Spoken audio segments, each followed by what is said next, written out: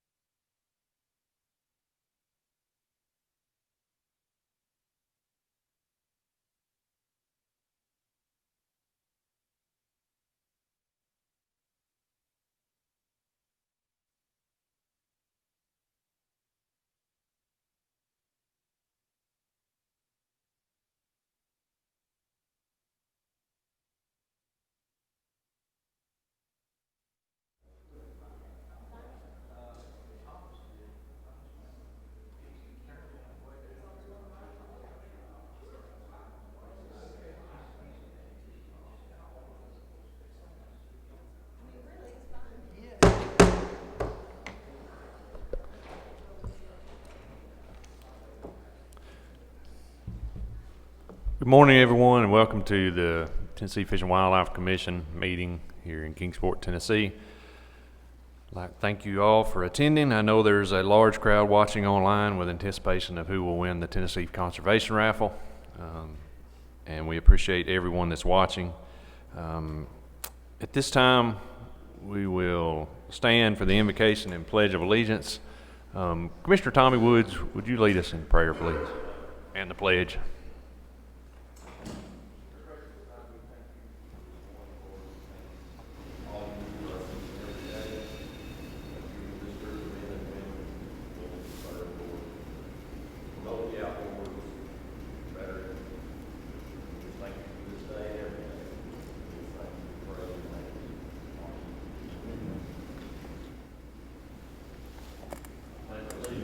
To the flag of the United States of America and to the republic for which it stands, one nation, under God, indivisible, with liberty and justice for all.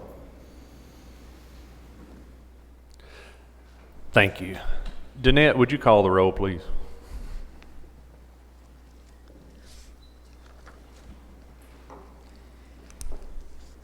Angie Box. Here. Jim Ripley. Here. Dennis Gardner. Here. Jimmy Granberry. Here. Steve Jones. Here. Connie King. Here. Tony Sanders. Here. James Stroud. Here. Kent Woods. Here. Tommy Woods. Here. Hank Wright. Here. Brian McLaren. Here. Kurt Holbert. Here. Chairman, we have a quorum. Thank you, Danette. There are a few guests here this morning, and some probably not on the list.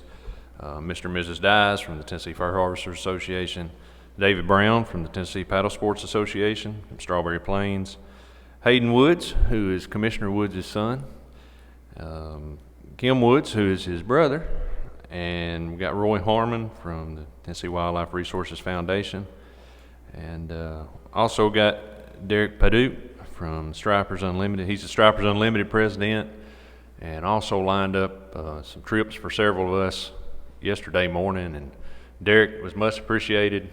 See you back there in the middle.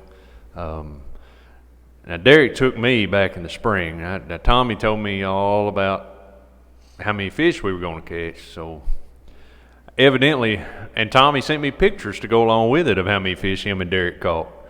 But the day I went, I'm not sure what happened, but maybe it's because we were in this little creek, and I don't know, we were fishing in a little creek about a foot deep, so I figured out yesterday we were in the wrong location. They took me to the wrong place to even find any stripers, so, but it was a fun trip anyway. But all jokes aside, Derek, thank you for lining that up, and appreciate you, and it was nice to get out on Boone Lake and to see the habitat that's going to be there when that lake fills up. It's going to be unbelievable for the fishermen. I know it's going to present some challenges too, especially the striper fishermen trolling with all the debris in there. But thank you very much, Derek. Director Wilson, I'll give you a few minutes. I know several people are watching. If you want to come up or there and address the folks online about the raffle or any other announcements you might have.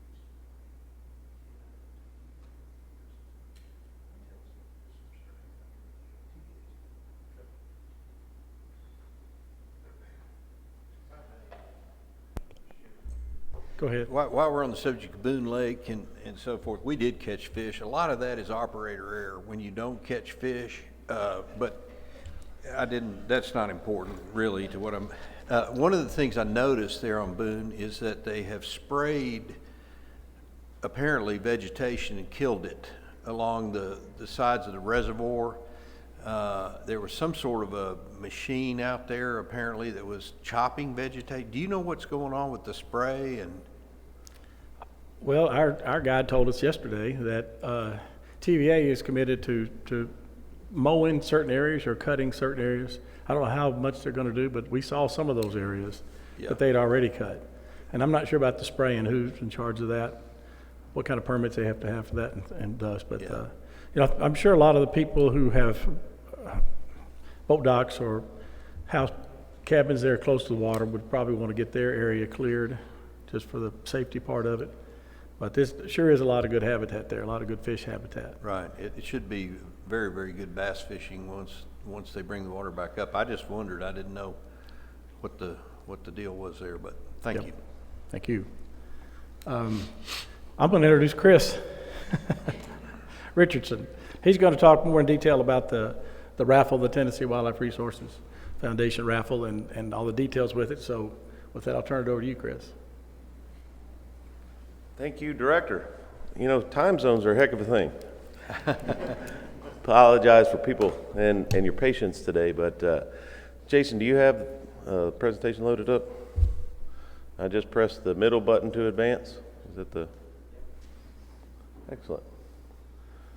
So, Kurt Holbert, Commissioners, I know you all are all very familiar with the conservation raffle, the concept of it, but I'm excited to be here today to share with you some of the results of it, because what's happened over the last couple of years when we've changed our general practice from going from auctioning this one tag to raffling this tag to amending the state law in order to give more opportunities, things have really changed. So this year we offered 7 different packages in our Tennessee Conservation Raffle. We can no longer call it the elk raffle because there's a lot more to it than just elk. Obviously we had the elk package, which you can see there before us, and unbelievable participation from our partners in the industry, unbelievable generosity from some of these folks to donate so many incredible items for people to be able to win if they were selected.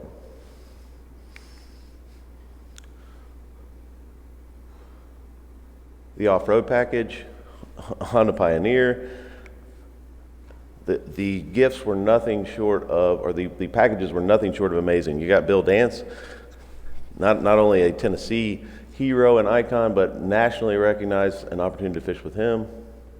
The turkey hunting package,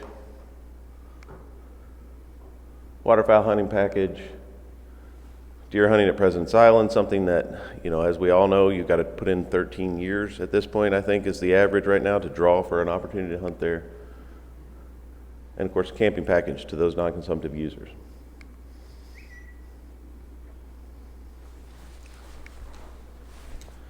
Basically, as indicated here, and I want to apologize, I'm going through Joey Woodard's presentation, and the guys at the foundation, Joey, Johnny, and Richard, they are the people that really kind of took this thing to the next level. But as you consider what's happened, last year we sold $667,000 on one tag. This year we added two additional tags and prize packages, and we set a goal to say we want to raise $1 million.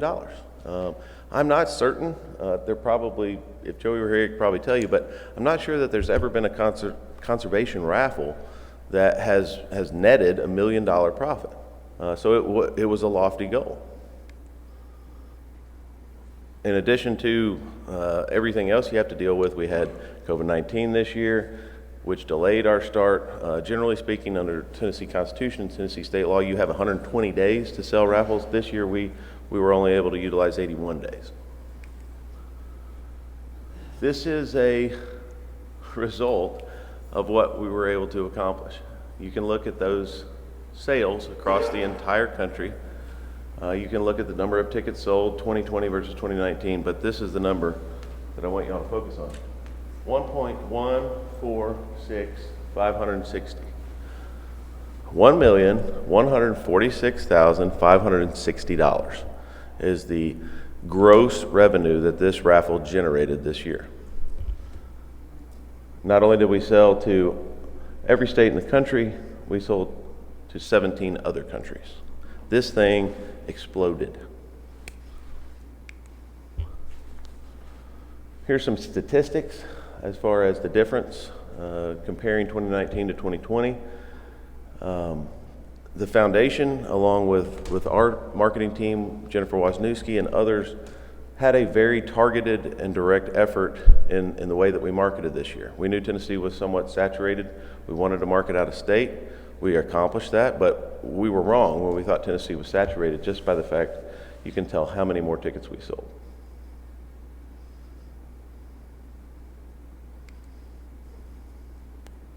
These are some of the keys that we believe were a big part of the success of the raffle. The participants, the people, the Bill Dances, the Preston Pittmans, the folks that have participated. Obviously the value of the prizes. 2020 Honda Pioneer, Tika rifles, obviously elk hunting opportunities, President's Island hunting opportunities. All of these things were key to our success and to the success of the raffle overall. I think this is where I get to the announcement of the winners. Is there any questions about the statistics of the raffle or anything before I move forward with this? Chris, one thing I think is important for our online watchers and folks here is to know that all of that money goes to Habitat. 100%. It's 100% goes to Habitat to improve our WMAs for public hunting, whether it be duck hunting, deer hunting, turkey hunting, elk. So anyway, I just want the public to know that that's what that money is used for. Absolutely, no Chairman. other And use.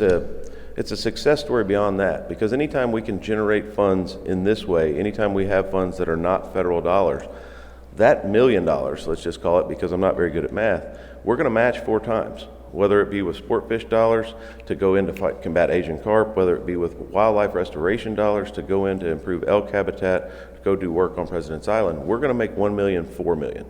And that's a pretty incredible story about how far we can stretch these dollars and how much conservation work is actually going to go on based on the proceeds raised in this raffle. Also, just to point out too that Bill Dance requested that some funds would also go towards the management and control of Asian carp. So we will put that out there as well. Absolutely. Thank you, Director. Without further ado, Mr. Chairman, first winner. Oh, excuse me, we're going to go backwards. The 7th winner. Michael Moore, Nashville, Tennessee. The 6th winner, David Barnard from Mount Juliet, Tennessee.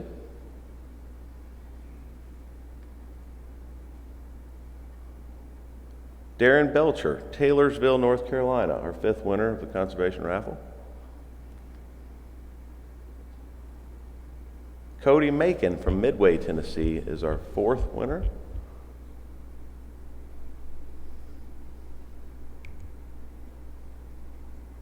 Taz Gardner from Paris, Tennessee is our 3rd Conservation Raffle winner. Jason Seaton from Sevierville, Tennessee is our 2nd Conservation winner. And the first name drawn for the 2020 Conservation Raffle winner was Brant Snedeker, Nashville, Tennessee.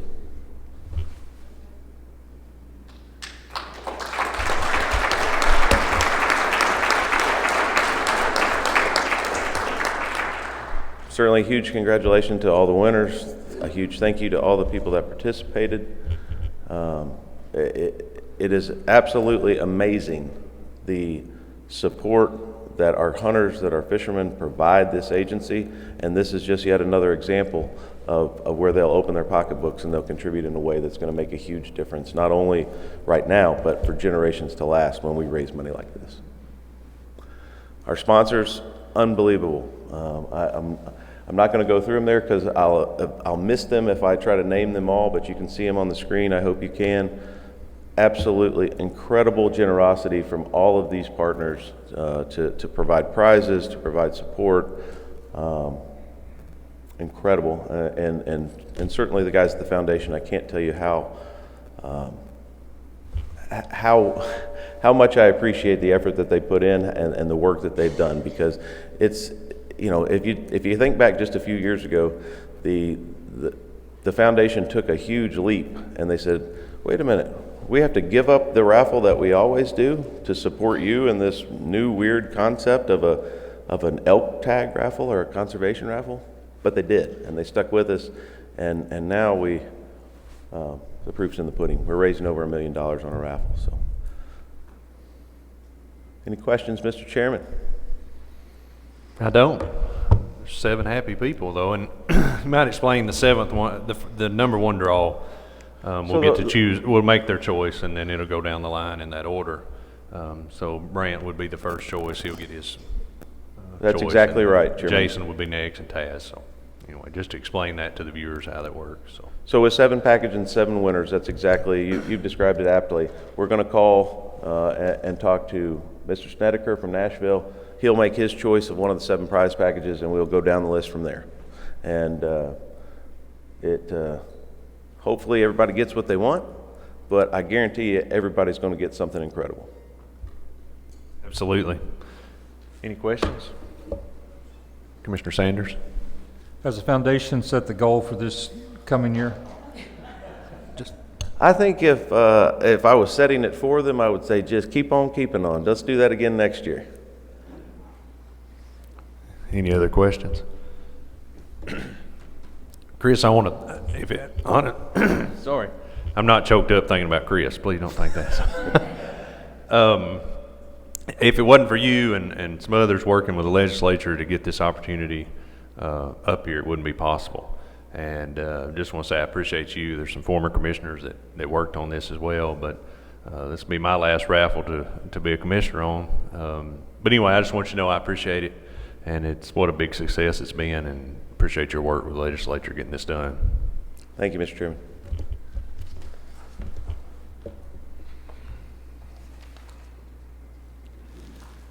Before we move on real quick, all of you got a copy of the minutes either on your iPad or in your notebook. If I could have a motion for approval. Motion from Commissioner Granberry and a second from Commissioner Ripley. All in favor say aye. Aye. Motion carried. Aye. We're going to move on now. I know several people are still watching online for the elk quota hunt winners. So we're going to call on Brad Miller, who will be online, to announce those winners.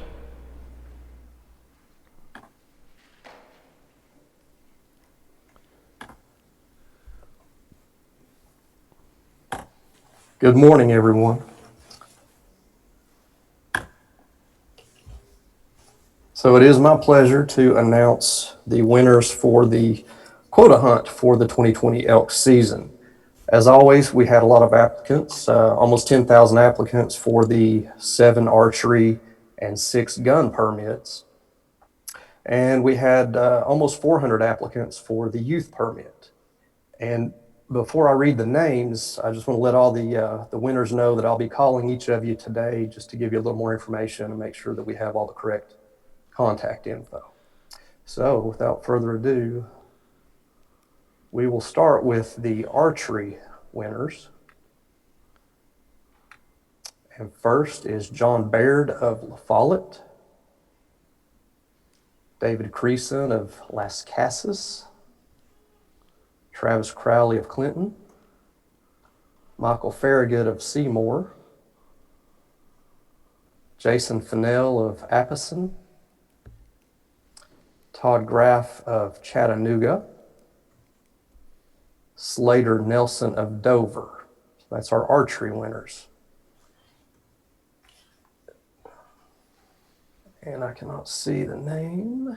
Let me minimize that. Jason Campbell of Nolansville is our first gun winner. Lucas Fouch of McMinnville. William Motes of Lenore City. Devin Munchinsky of Hickson. And David Poteet of Cleveland. And Ryan Ross of Butler. So that's our firearm winners. And then last but certainly not least is our young sportsman, and that is Mason Bowden of Morristown, Tennessee. So congratulations to all those winners.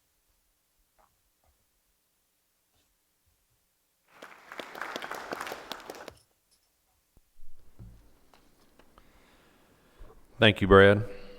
Okay, I'm going to take my screen down. I don't know if Jason wants to leave it up or anything.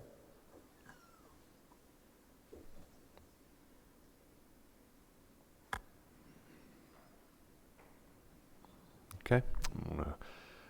Colonel Ryder, I'm going to ask you to come up first before we do the budget, because I'd asked you about something yesterday.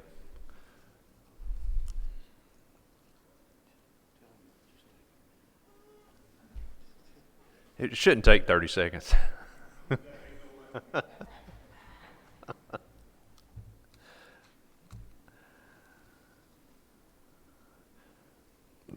So, Colonel Ryder, yesterday we had talked about our shallow water fleet of boats, and I know I'd ask you to come up with some figures, and I also realize that 24 hours is not a period, and I know I discussed it with you, and I know you came up with a number, but probably need to investigate it further, but I'll let you, or give it a little more time, but anyway, I'll let you elaborate to that on those boats. So.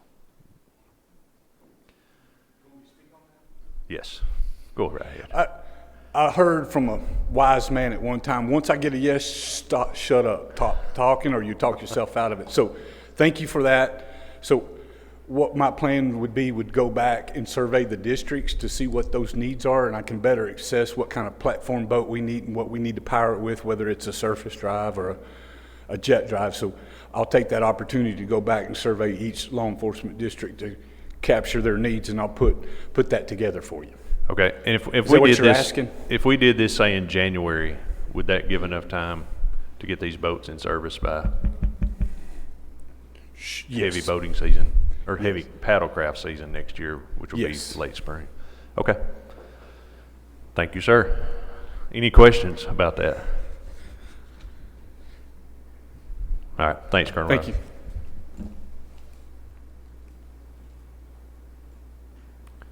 Director Wilson.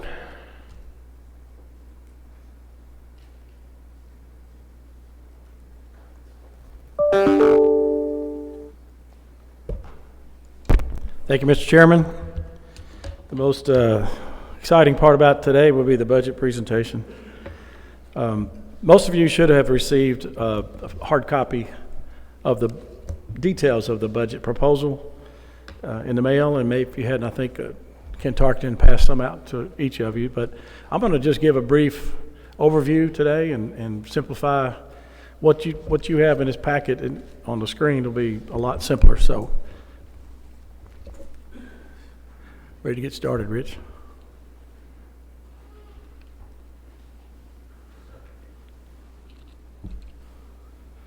Thank you. So just this morning we're going to do an overview of the budget, a little bit about the 3-year comparison, and then a summary and recommendation. So the budget overview, just for the benefit of the folks here who've never seen this before, and a refresher for the commissioners and for people out there they're watching. The fiscal year is the one we're looking at for passing today is for next July 1, starts then. So it's what we call fiscal year 21/22. And for simplification, a lot of times we just say FY22. So right now we're in FY21. A guideline is a target that we shoot for each region and division. It does not include personnel costs. And expansions are additions or for funds to the current year that we're in, and what we call improvements for just to try to keep folks from being confused between expansions and improvements. For each year we call one expansions, and for next year we call those improvements, but they're basically expansions too. Carry forward funds are those that were not spent in the past fiscal year, and we've carried them forward. Typically they're for large construction projects that couldn't be finished because of weather conditions. Sometimes they're related and tied to grants that need to be carried forward. Maybe the grant wasn't approved until late last fiscal year. Carry forward to the year that we're in now. And then the reserve balance, we also call that our rainy day fund, is a cash balance of the wildlife or boating fund. So, no, I think I pressed the wrong side. Rich, please advance that for me. And then just a little bit about the process for the benefit of those who may not know. We start our budget process, started back in actually March. And we say 2020 here, but I think there was some information requested, sent out back in March. And then all these requests are entered by divisions in June. We do what we call a budget review in late June and July, in which we look at every single budget that we have in the agency. We have all the divisions present their budget, present improvements they need for this year, for next year, talk about carry forwards, spend a lot of time. We spent about 7 days doing this, and it's pretty long, intensive. So we look at every budget seriously so that folks know that we're taking every precaution we can. We're looking at everything we can about the budgets to go forward, and that we know about them and that they know about them. Then we present this to you today in August of 2020, and if it gets approved, and what gets approved goes forward to be submitted to Finance Administration in late September. I think we have till the 25th of September, but it'll probably be presented before that. Well, so the guideline I mentioned earlier, traditionally the budgets are built on a 0% increase from the year before on expenses other than payroll. One-time projects and carry-forward projects are not included in the next year's guideline. The expansions are submitted separately. It's based upon our strategic plan, and any agency employee can submit a project proposal.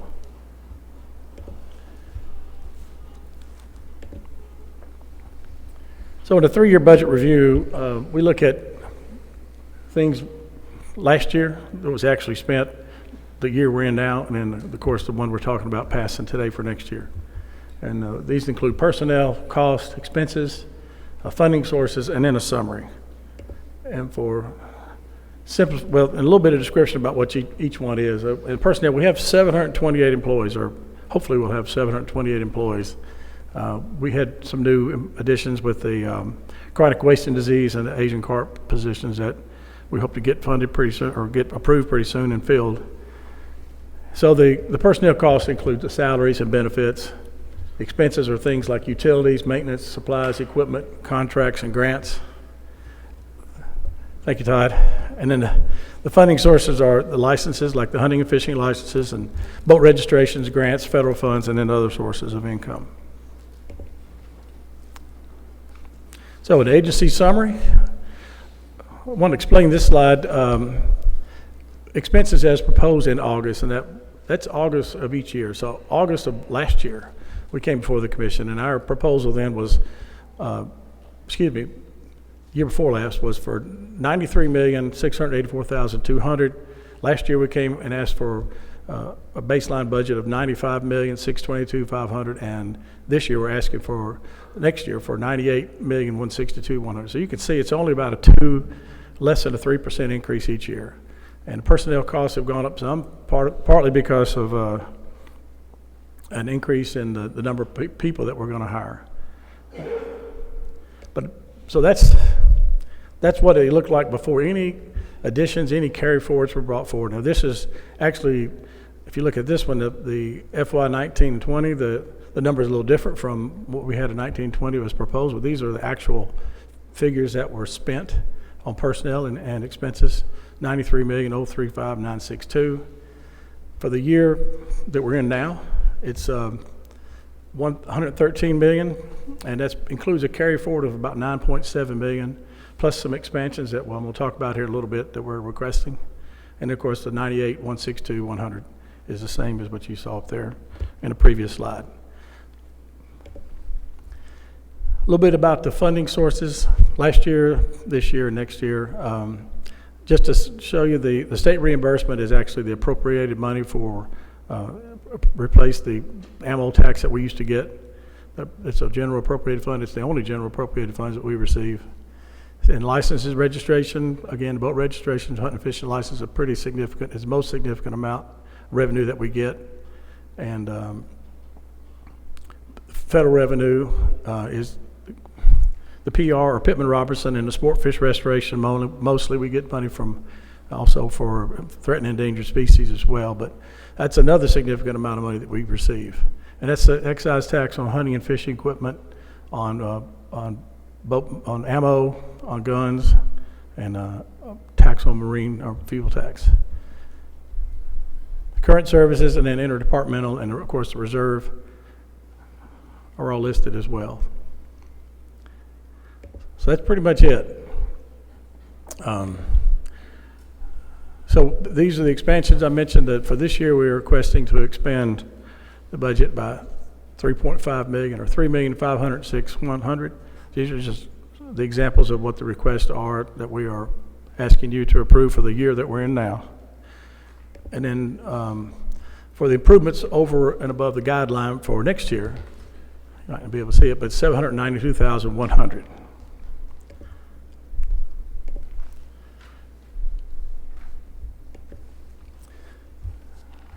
Let me go back. So actions are today, we're asking the commission to expand the current year budget that we're in, FY 2021, by $3,506,100. And then for the budget that we're talking about for beginning July 1 of 2021 is FY, of course, 22 is $98,162,100. Mr. Chairman, that's all I have on the budget. If there are questions.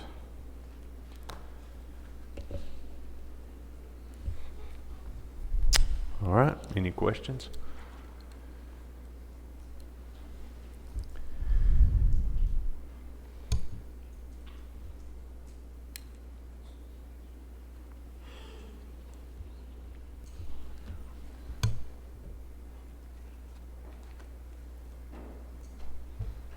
Any questions? Do I have a motion for approval? So moved. A motion from Commissioner Ripley for approval of the 2021 expansions of $3,506,100 and the 21-22 budget of $98,162,100. Do I have a second? Second from Commissioner Jones. Any discussion or amendments? Commissioner Sanders. I would like to, mainly after the discussion yesterday from Colonel Ryder about the age of our fleet, I would like to make an amendment to the fiscal 2021 expansion, so our current year budget expansion of $3,506,000, and I would like to add $246,750 to the law enforcement as an expansion to the fiscal year 21 budget. So our boating fleet, as we discussed yesterday, and all the activities and stuff that we have going on in the water, we won't get any further behind than we are. So an expansion to 21 of $246,750 for enhancements to our boating fleet, I guess. Okay. Do I have a second on the amendment? Second. Pick one. Everybody seconded, Danette? All right. I'm just voting on or discussion on the amendment. Is there any questions on the amendment to add $246,750 to the 2021 budget expansion? Mr. Chairman, I would just like to say that I certainly agree that that motion is well taken with regard to the amendment. We've had an incredible increase in new boat registration, and we are responsible as an agency for keeping the waters of the state safe. And with, I think we said yesterday, 11,000 new boat registrations in the last 45 days or something like that, we're obviously going to have to address water safety. And so I think Commissioner Sanders' motion to amend is well taken. Thank you, Commissioner Ripley. Any other comment? Comment from the public? If not, all in favor of the amendment to the 2021 budget expansions of $246,750, let it be known by saying aye. Aye. All opposed, like sign. Hank, I forget you every time, and you come in right about the time I say anybody opposed. So you've opposed everything, just letting you know that. There's a delay. All right, is there any more discussion on the on the motion, the original motion as amended.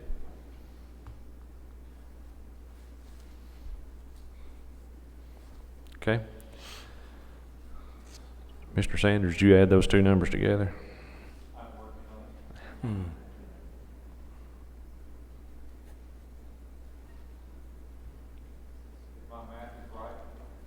My math is right, and I hope somebody will check it. 3,752,850. All right, that's what I got too.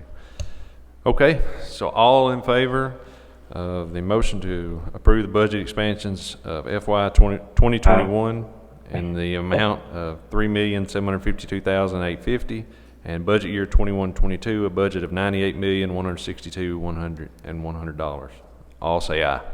Aye. All opposed, like sign. Motion carried. Anything else, Director Wilson? That's all I've got for the budget.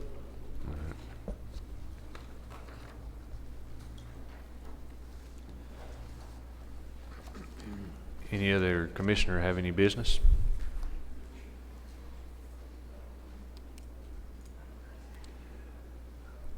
I would like to take a minute to thank Commissioner Woods, Tommy Woods, for everything that he's done on this trip.